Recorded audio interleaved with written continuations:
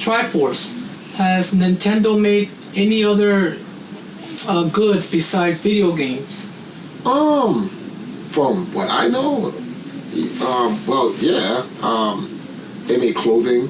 Well, they'll get a third party to make clothing for them. So, does Nintendo, the company itself, make other things outside of video games? That I don't know. And even if I did, I probably couldn't speak on it. But have there been other merchandises besides video game Nintendo branded? Yeah. They have a Nintendo World Store in New York. It used to be the Pokemon Center. They've had things from clothing to dishes, forks, and I'm like, all types of things domestic in your house. So book bags, trinkets, and all types of different merchandising. So what if I say a Nintendo monitor or a TV like NEC has done? I believe it because I know Nintendo at one time had a piano and a keyboard. Oh, so they made musical instruments. But I don't see the thing is I don't know if Nintendo itself made the actual product. For instance, a lot of people go, "Oh, this is the Nintendo Power Glove." It's branded Nintendo, but Mattel made the Power Glove. A lot of people don't know that. Mattel made it. Mm-hmm. They're the ones who produced and manufactured it. It's just branded for Nintendo.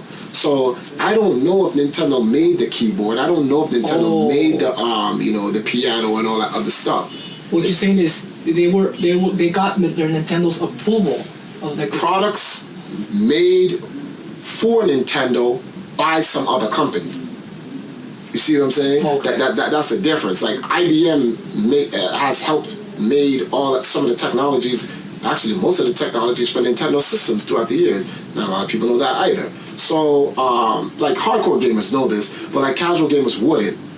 They would just think, oh, this is Nintendo making most of these things and stuff like that. Like the company is a video game company, and that's what I like about them. They stay in the field that they're most proficient in, and they do B2B with other companies to help them do that, which helps open up new markets to keep business going. That's how business are.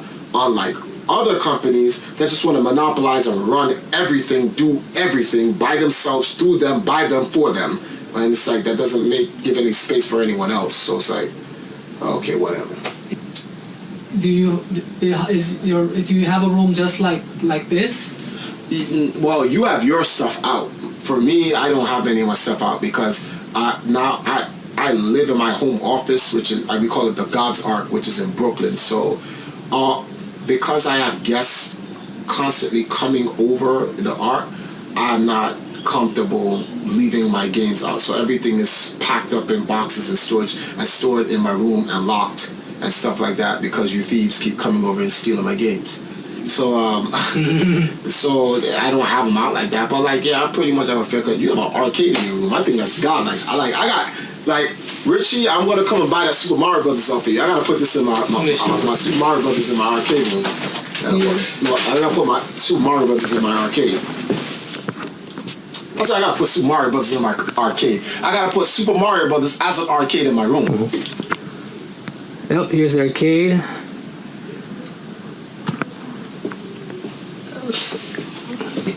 I am a member of Empire.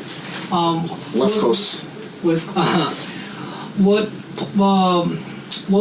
possibilities will you see in the future for me? For you, it depends on what you have.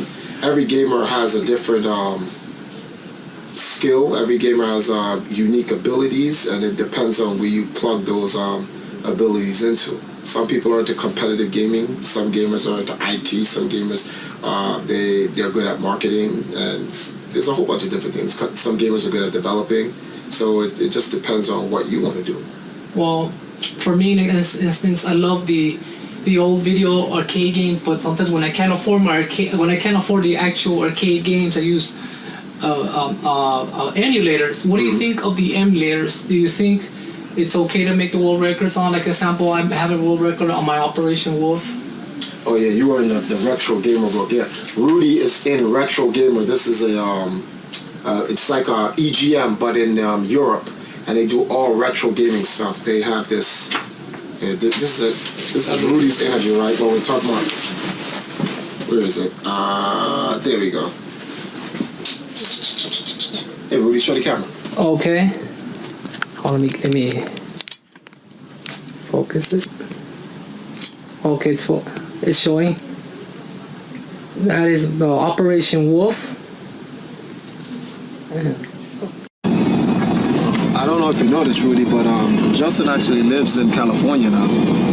Ever since 2010, he moved here. He lives in Santa Monica, so he's not far from you.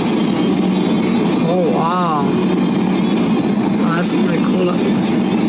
And so hopefully one day you could come over and talk or something. Check you back in LA later on, 2012.